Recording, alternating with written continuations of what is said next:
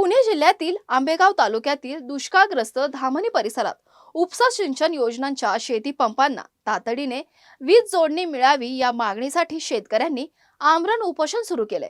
माजी सरपंच सागर जाधव यांच्या नेतृत्वाखाली 25 शेतकरी ग्रामपंचायतीसमोर आंदोलनाला बसले असून आज या उपोषणाचा तिसरा दिवस आहे।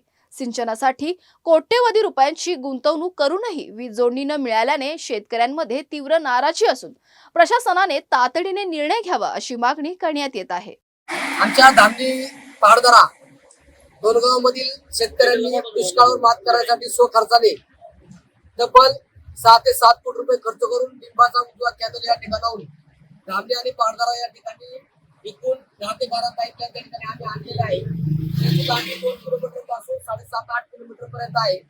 त्याला हेड 160-70 काही ठिकाणी आहे। अशा पाईपलाईन करत असताना आमचा विचार होता की शासन आम्हाला कुठलीही योजना या ठिकाणी करत नाही। आम्हीच आमच्या दुष्काळावर मात करण्यासाठी स्वतःची शेती बारमाही बागायती करण्यासाठी आम्ही आमचा प्रयत्न स्वखर्चाने केला।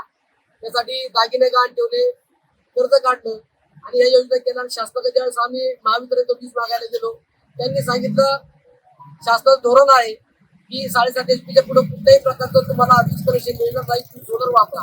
आणि या धोरणामुळे आमच्या या योजना पूर्णतः गेल्या 1 वर्षापासून बंद आहे। 6.5-7 कोटी रुपये आम्ही त्या ठिकाणी खर्च केलेला आहे।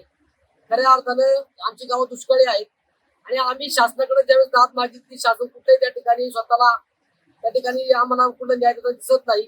सोलरच घ्या असं आमच्या त्या ठिकाणी प्रेशर केला जातो। वारंवार सोलर कंपनीचे अधिकारी या ठिकाणी येतात आणि या ठिकाणी चौकशी करतात, परंतु आम्ही ज्यावेळेस लाक्षणिक उपोषण केलं, आमचा मुद्दा त्या ठिकाणी अधिवेशनामध्ये गेला।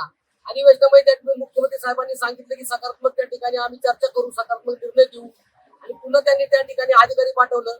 या ठिकाणी आल्यानंतर त्यांनी काय अहवाल त्या ठिकाणी तिला माहित नाही, परंतु आम्हाला सोलरच्या अधिकाऱ्यांनी असं सांगितलं आहे की या ठिकाणी सोलर पासून असा निर्णय अंतिम झालेला आहे। तरी आपल्याला विनंती आहे शासनाला की आपण या ठिकाणी आमच्या दखल घेऊन आम्हाला वीज कनेक्शन द्या। शेतकरी एकजुटीचा जय हो, शेतकरी एकजुटीचा जय हो, वीज कनेक्शन मिळालंच पाहिजे, वीज कनेक्शन मिळालंच पाहिजे।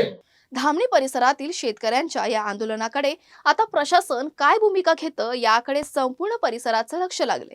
वीज जोडणीचा प्रश्न निकाली निघाला नाही तर हे आंदोलन आणखीन तीव्र होण्याची शक्यता आहे। अशाच महत्त्वाच्या बातम्या बघण्यासाठी पाहत रहा आवाज इंडिया मराठी शोध सत्याचा।